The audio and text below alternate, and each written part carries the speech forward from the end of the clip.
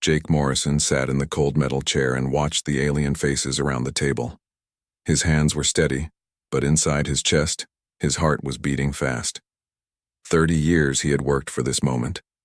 30 years of human service to the Galactic Council. 30 years of following their rules and helping them fight their wars. Now they wanted to take everything away. The council chamber was huge and dark. Lights from different worlds cast strange shadows on the walls. Jake could smell the air recyclers working hard to keep all the different species breathing. Next to him, Lieutenant Kate Sullivan shifted in her seat. She was young, maybe 25, and this was her first big council meeting. Jake wished she did not have to see this. Speaker Vexithera stood at the center of the room. She was tall, maybe 8 feet, with 4 arms and skin that looked like black metal. Her species, the Zilani, had ruled the council for 200 years. They thought they owned the galaxy. Resolution 4471 has passed, Vexithera said. Her voice sounded like metal scraping against stone. All human mining rights in the Outer Rim are now void. The territories will be redistributed to more stable species. Jake felt his jaw tighten. Those territories were not empty when humans found them. His people had fought pirates and hostile aliens to claim those worlds. They had built cities where nothing existed before. They had died to make those places safe. On what grounds? Jake asked. His voice was calm, but Kate could hear the anger underneath. Vexithera turned her 4 eyes toward him. Humans expand too quickly. You are aggressive. The council has decided that your species needs guidance. Around the table, other aliens nodded. The blue-skinned Taurans whispered to each other. The gas-breathing Nethys made sounds that their translators turned into agreement. Only a few species stayed quiet.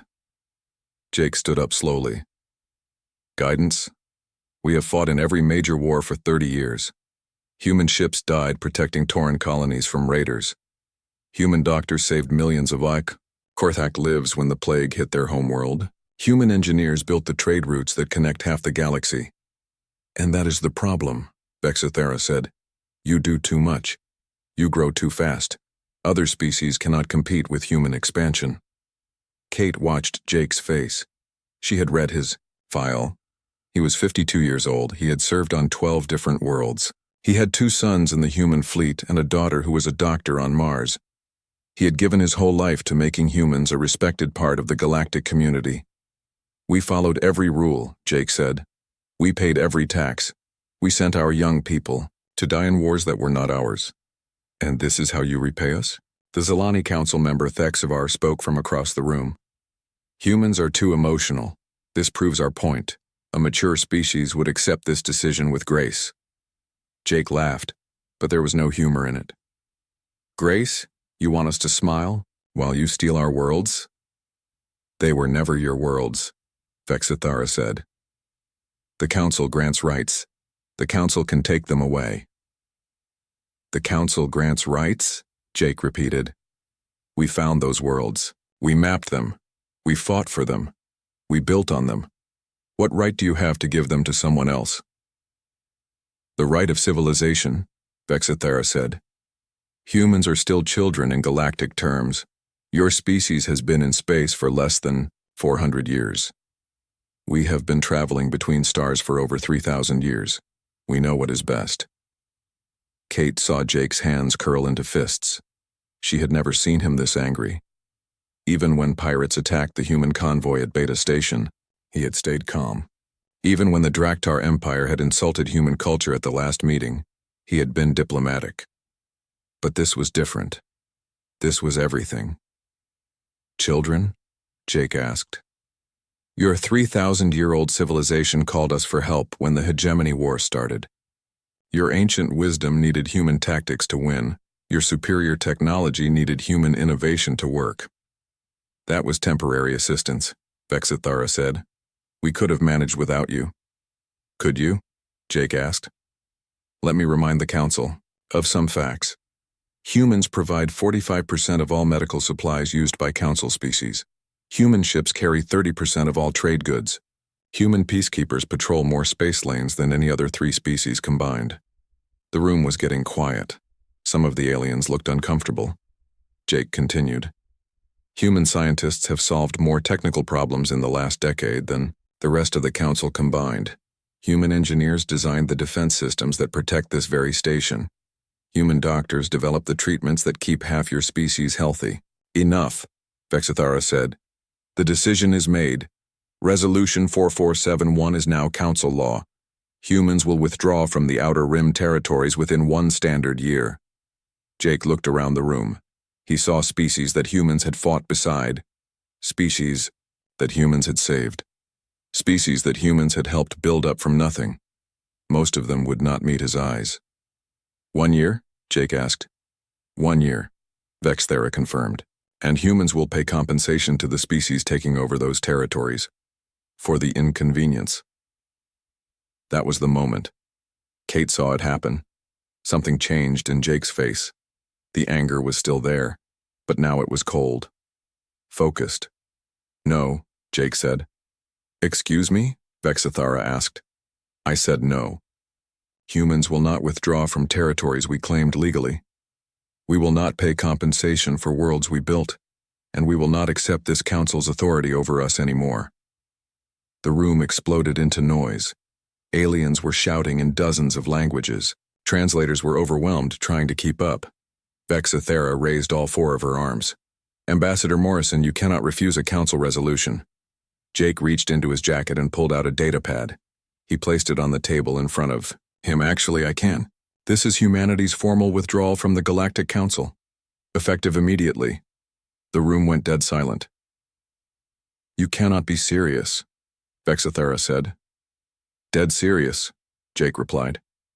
Humans are done taking orders from species who think we should be grateful for scraps.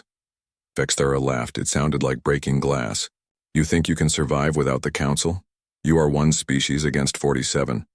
You will crawl back within a cycle, begging for readmission. Jake smiled for the first time that day. It was not a friendly smile. Speaker Vexithara, you are about to learn something about humans. We conquered our own world before we could even leave our solar system. We turned a planet that tried to kill us every day into our home. We fought each other for thousands of years and somehow learned to work together. We built cities in deserts and farms in frozen wastelands. He picked up his datapad and stood. The universe is about to discover what happens when you corner a species like that. Good luck, Council. You're going to need it. Jake walked toward the door. Kate hurried to follow him. Behind them, the aliens were shouting again. As they reached the exit, Jake turned back one last time. Oh, and Vexithara, you might want to check who has been keeping this station's life support systems running. Humans designed them. Humans maintain them. Humans know how to turn them off. The door closed behind them with a soft hiss. Captain Alex Rodriguez stared at the message on his screen for the 3rd time. The words were clear, but he still could not believe them. After 30 years of human service to the galaxy, it was over. His cargo ship, the New Horizon, was carrying medical supplies to the Korthak homeworld. The blue aliens needed special medicine that only human companies could make. Without it, thousands would die from their genetic sickness. But the new orders were clear.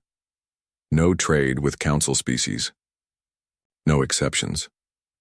Alex looked out the window of his bridge. Space looked the same as always.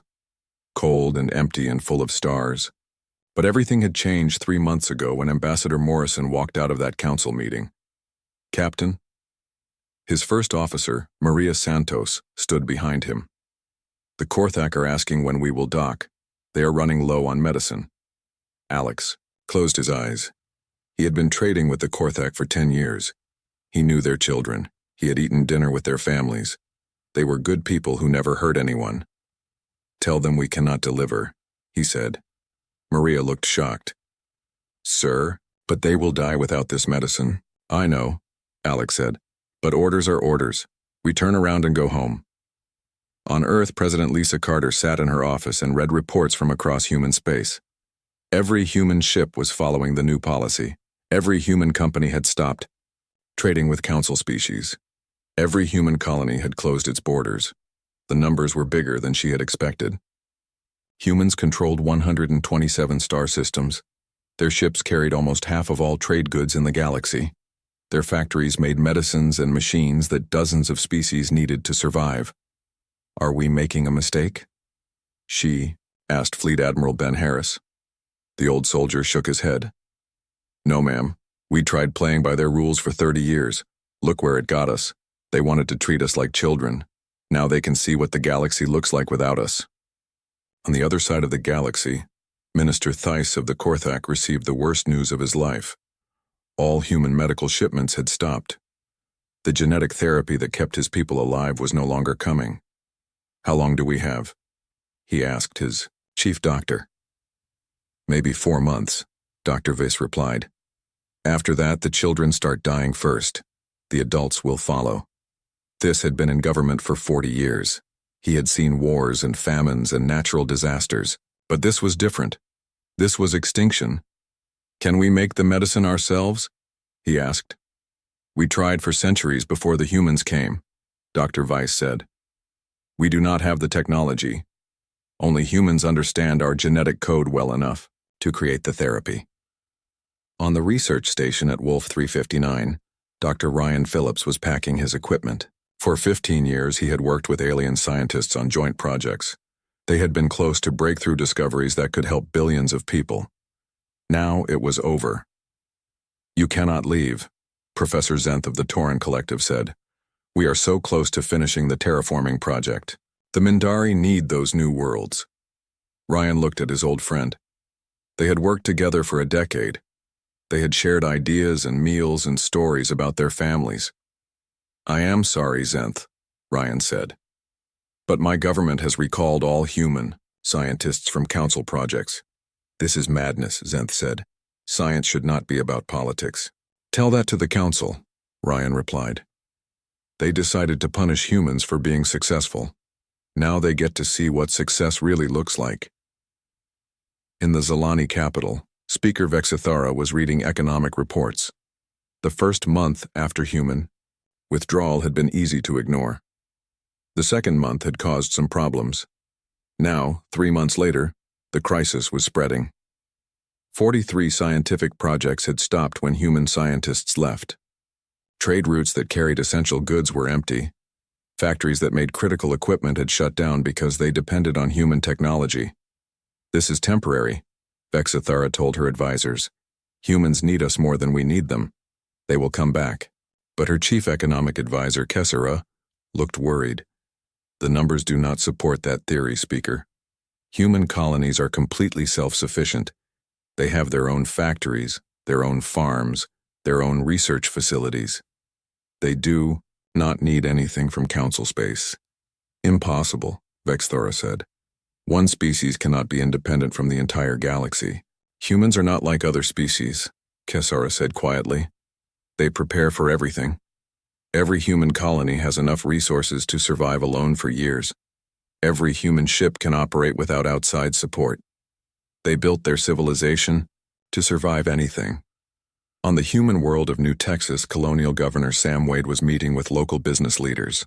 The withdrawal from council space had created new opportunities. Human companies that once sold to aliens were now focusing on human colonies. We are stronger than ever, Governor Wade said. Our economy is growing faster than it has in decades. Our people are working on projects that will benefit humans, not aliens who look down on us. Factory owner Pete Jackson nodded. My workers have never been happier. They are building machines for human colonies instead of making profits for alien corporations. Dr. Linda Hayes, who ran the planet's medical research center, smiled. We are developing treatments for human diseases instead of wasting time on alien genetics. Our children will be healthier because we are focusing on our own species. But not everyone was happy. On the trading station at Kepler 442, human merchant Captain Tony Clark was watching his alien friends struggle. The station had been a meeting place for dozens of species. Now it was almost empty. The Korthak are dying, his old friend, a Tauran trader named Voss, told him. My people are losing colonies because we cannot finish the terraforming projects. The Mindari are preparing for war because their neighbors think they are weak without human protection. Tony felt sick. He had known these aliens for years. They were good people caught in a political fight they did not start. I am sorry, he said. But your council made this choice. They wanted humans to be small and weak. Now they have to live with the consequences. In the depths of space, human patrol ships continued their work, but now they only protected human territory. Trade, routes that had been safe for decades, were suddenly dangerous. Pirates who had been afraid of human peacekeepers were getting bold. The galaxy was learning what it meant to live without human protection. On Nexus Prime, the Council was meeting in emergency session. Representatives from 20 different species were demanding action. Their economies were collapsing. Their people were suffering. Their territories were under attack. "We must force the humans to return," demanded Ambassador Rel of the Jackson Empire. "How?" asked Counselor Nex of the Hydran. "League. They have the strongest military in the galaxy. They have the most advanced technology. They have resources we did not even know existed." Vexithara stood at the center of the chamber. For the first time in her long life, she was beginning to understand that she had made a terrible mistake. "Send a message to the humans," she said. "Tell them we are willing to negotiate." But in human space, President Carter was reading that message and shaking her head. "Tell the Council that humans do not negotiate with people who tried to steal from us," she said. "If they want to talk, they can recognize our independence first." The galaxy was changing. For 300 years, the Council had controlled trade, politics, and military power. Now, for the first time, a major species had walked away, and they were not just surviving. They were thriving. The universe was learning that humans had never needed the Council. The Council had needed humans, and now it was too late to take back what they had done. General Chris Baker was eating breakfast when the emergency call came in. 6 months had passed since humanity left the Council. 6 months of peace and quiet. Now that peace was about to end. "Sir, we have a situation," his aide, Colonel Amy Foster, said as she burst into his quarters. "The Draktar Empire has invaded the Mindari Federation." Chris put down his coffee and looked at the datapad she handed him. The pictures were bad. Draktar warships bombing peaceful Mindari cities. Millions of civilians running for their lives. Children crying in the ruins of their homes. "How many ships?" he asked. "Over 2,000, Amy replied. "They hit 3 colonies at once. The Mindari fleet was completely overwhelmed." Chris had known this would happen. For 30 years, human peacekeeping fleets had kept the galaxy stable. The aggressive species were afraid to start wars because humans would stop them. Now there were no human peacekeepers. The bullies were free to attack anyone they wanted. "What does the Council say?" he asked. Amy shook her head. "They are arguing. The Zilani want to send their own fleets, but they do not have enough ships. The Taurans offered to help, but their weapons are 20 years behind Draktar technology." Chris looked at the pictures again. He had worked with the Mindari many times. They were peaceful people who had never hurt anyone. They studied art and music and literature. They had beautiful cities full of gardens and schools. Now those cities were burning. His personal communicator beeped. A message from Colonial Prime Minister Sam Wade appeared on the screen. "General, I know what you are thinking, but our policy is clear. No interference in Council affairs. We cannot risk human lives for aliens who did not support us." Chris understood the policy. After the Council betrayed humanity, they had decided to focus only on protecting human colonies. Let the aliens solve their own problems. But the Mindari were different. When the Council voted to take away human territory, only 5 species had spoken against it. The Mindari were one of those 5. On the Mindari homeworld, Ambassador Selentai was sending desperate messages to anyone who would listen. Her planet's beautiful crystal cities were under attack. Draktar soldiers were killing civilians in the streets. "Please," she broadcast to human space. "We supported you in the Council. We tried to help. Do not let our children die for the mistakes of others." The message reached every human colony. On New Earth, families watched the news reports and saw Mindari refugees crowding into damaged ships. On Mars, human workers stopped their jobs to listen to the alien ambassador's pleas. Many humans remembered the Mindari. They were the aliens who had sent art and music to human colonies. They were the ones who had always treated humans as equals. never as children or servants. But the government policy was clear. No involvement. Engineer Nicole Clark was working on a damaged Mindari transport ship that had limped into the neutral zone. She was not supposed to be there, but she could not watch innocent people suffer when she had the skills to help.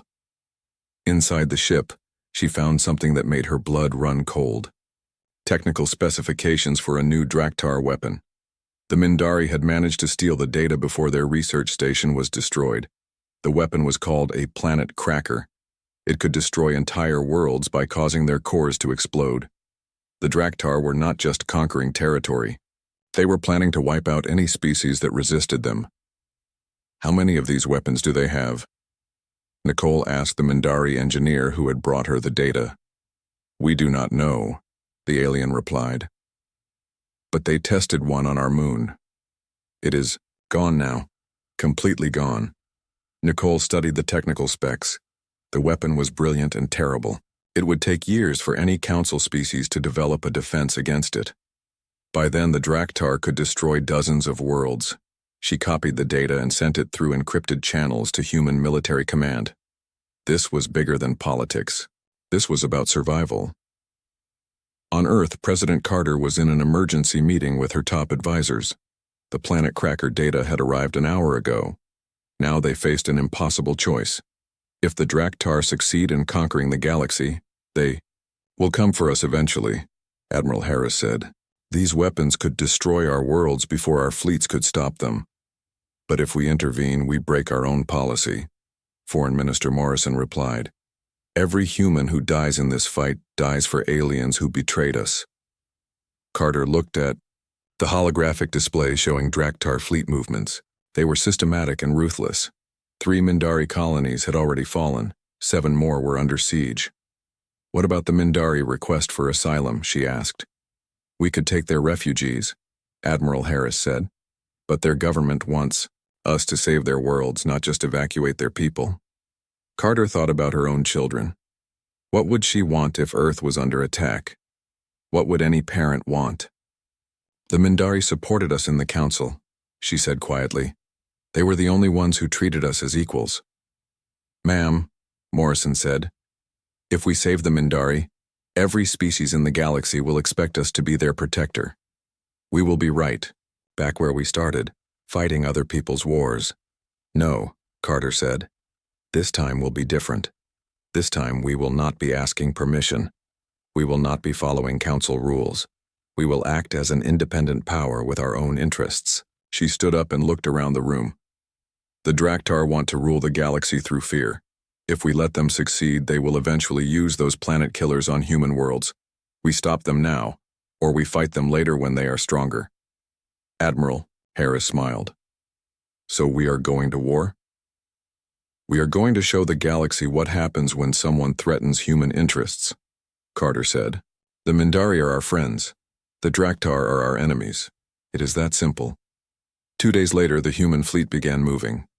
Not the old peacekeeping force that followed council orders. This was something new. Something the galaxy had never seen. 1,200 ships of the most advanced design in known space. Weapons that could crack planets. Shields that could stop entire fleets. Fighters that moved like living things. Captain Dan Wright of the battleship USS Retribution was leading the first wave. He had fought in every major conflict for 20 years, but this felt different. This time, humans were not fighting for the council. They were fighting for themselves. All ships, this is Retribution Actual, he broadcast to the fleet. Our mission is simple. We destroy the Draktar fleet. We protect the Mindari worlds. We show the galaxy that human friendship is worth having, and human anger is worth avoiding. The fleet dropped out of hyperspace at the edge of the Mindari system. What they found there made even veteran soldiers catch their breath. The Draktar fleet was massive. Over 3,000 ships surrounding the Mindari homeworld like a dark cloud. The planet's shields were failing. Its cities were burning. But the Draktar had made one critical mistake. They had never fought humans before. They had no idea what was coming for them. All ships, Captain Wright said. Let's remind the galaxy why they used to fear us. The human fleet charged forward like an avalanche of metal and fire. The battle for the future of the galaxy was about to begin. The Draktar fleet commander, War Chief Grakton, was celebrating his easy victory when the alarms started screaming. His massive warship, the Deathbringer, had sensors that could detect ships from across the star system. What they were showing him was impossible. "Report," he growled at his weapons officer. "Sir, we have 1,200 ships dropping out of hyperspace. They are human ships." Grakton laughed. "Humans? Those council pets? They ran away 6 months ago with their tails between their legs. How many ships could they possibly have? Sir, these are not like the old human peacekeeping ships. These are bigger, much bigger.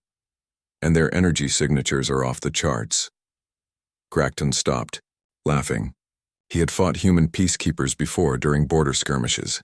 They were good fighters, but they always held back. They followed rules. They tried not to kill unless they had to. But these humans had left the council. Maybe they had left the rules behind too. Captain Dan Wright stood on the bridge of the USS Retribution and watched the Draktar fleet scramble to respond. 3,000 enemy ships against 1,200 human vessels. The odds looked bad on paper, but numbers did not tell the whole story.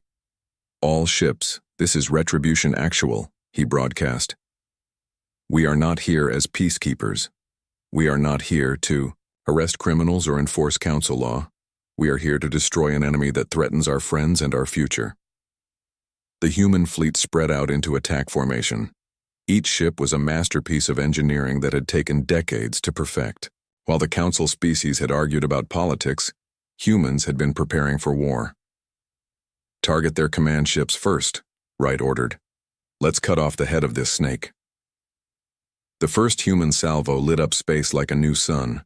Plasma cannons that could melt mountains fired at the Draktar fleet. The enemy ships had strong shields, but human weapons were designed to break through anything. Grakton watched in horror as his flagship's shields collapsed under the human attack. Alarms were screaming throughout his ship. His weapons officer was shouting damage reports. "Return fire," he roared. "All ships concentrate on the human flagship."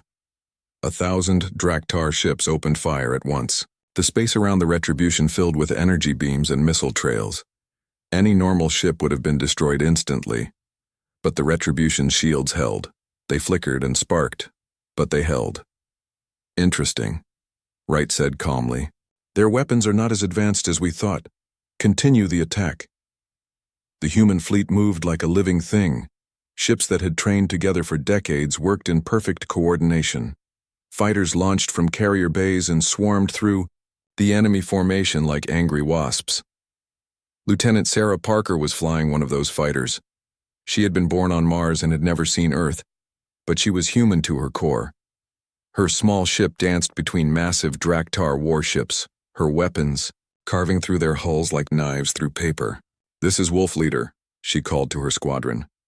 "Enemy fighters are no match for our birds. They are too slow and too stupid." Her targeting computer locked onto a Draktar bomber heading for the Mindari homeworld. One shot from her plasma cannon turned it into scrap metal. On the surface of the Mindari homeworld, Ambassador Selntai was watching the battle through her government sensors. For weeks she had watched Draktar ships destroy her people's colonies. She had sent desperate messages to anyone who would listen. Now the humans had come. The species that the Council had betrayed was fighting to save her people. "The human fleet is breaking through," her military advisor reported. "They are destroying Draktar ships faster than we can count." Selntai felt tears running down her face. Hope was something she had almost forgotten. Back in space, the battle was turning into a massacre. Human ships were designed for one purpose: to fight and win against any enemy. The Draktar had never faced anything like them. "Sir," Grakton's weapons officer said, "we have lost 800 ships. The humans have lost 12. Grakton could not believe it. His empire had the largest military in the galaxy. They had conquered dozens of worlds. How could they be losing to a single species? "Use the planet cracker," he ordered. His officers looked shocked. "Sir, that weapon is not ready for combat. The targeting system is still being tested." "I do not care," Grakton roared. If we cannot defeat the humans in battle, we will destroy their homeworld. Prepare to fire on Earth." The planet Cracker was the size of a small moon. It had taken the Draktar 50 years to build. It could destroy entire worlds by causing their cores to explode. It was their ultimate weapon, but human intelligence had been watching. Engineer Nicole Clark had given them the technical specifications. They knew what was coming. "All ships," Captain Wright broadcast. "Priority target is the planet Cracker. Do not let that weapon charge its main gun." The human fleet changed course like a school of fish. Every ship focused on the massive weapon platform. Plasma cannons that could level cities fired at full power. But the planet Cracker was built to survive. Its shields were designed to withstand the explosion of dying worlds. Human weapons were having trouble getting through. "Sir," Wright's weapons officer said, "we are not penetrating their defenses. That thing is too well protected." Wright smiled grimly. "Then we will have to get creative. All fighters, prepare for close assault. We are going inside their shields." "Lieutenant." Parker received the order and felt her heart race. Flying inside enemy shields was the most dangerous thing a fighter pilot could do, but it was also the only way to reach the planet Cracker's weak spots. "Copy that, Retribution," she said. "All fighters, follow me. We are going to thread the needle." 200 human fighters dove toward the planet Cracker. Enemy point defense guns filled space with deadly fire. Parker watched her friends die around her, but she kept flying. "Target the main power coupling," she called to her squadron. "If we can knock out their power, the weapon will not fire." Her fighters screamed through the planet Cracker's superstructure. Enemy guns were firing at her from every direction. Her shields were failing. Her engines were overheating. But she could see the target, a massive power coupling that fed energy to the main weapon. One good shot would disable the entire system. She fired every weapon she had. Plasma beams and missiles struck the coupling at the same time. Explosions ripped through the planet Cracker's hull. "Direct hit," she shouted. "The weapon is down," but her celebration was cut short. A Draktar fighter had found her. Its guns were locked onto her ship. She was too close to the explosion to dodge. "This is Wolf Leader," she said calmly. "It has been an honor flying with you all." The enemy fighter fired. Parker's ship exploded in a ball of fire. But her sacrifice had saved billions of lives. The planet Cracker was dead in space, its weapon systems destroyed. "All ships," Wright said, his voice heavy with emotion. "Remember, Lieutenant Parker, remember why we fight." The human fleet fell on the remaining Draktar ships like the wrath of God. There was no mercy, no quarter given. The aliens who had tried to destroy worlds full of innocent people were about to learn what human anger looked like. When the battle ended, the Draktar Empire's grand fleet was gone.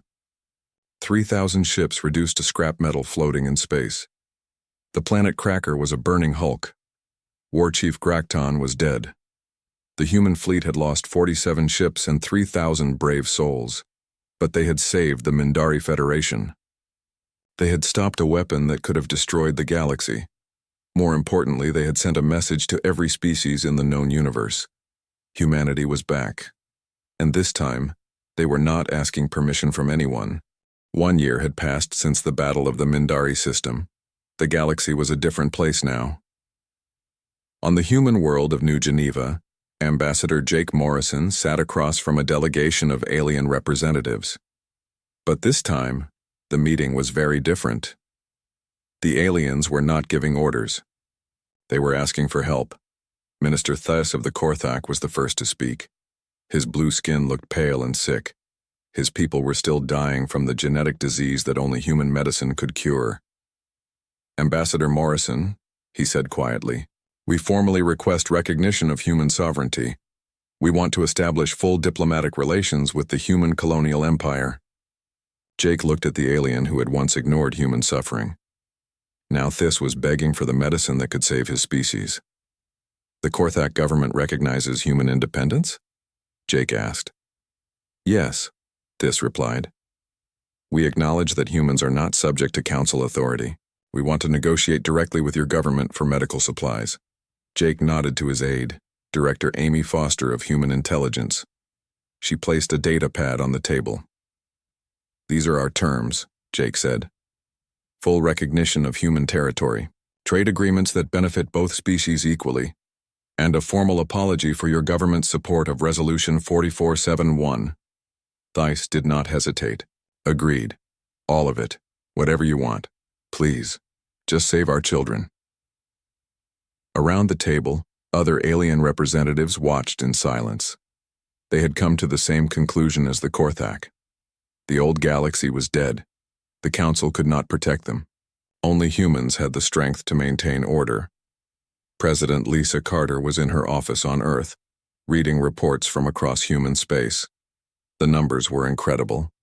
In just 1 year, the human colonial empire had grown from 127 star systems to 400.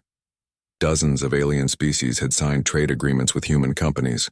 More importantly, human colonies were more prosperous than ever. Without council taxes and regulations, human businesses were growing faster than anyone had expected. Human scientists were making breakthrough discoveries. Human explorers were finding new worlds every month.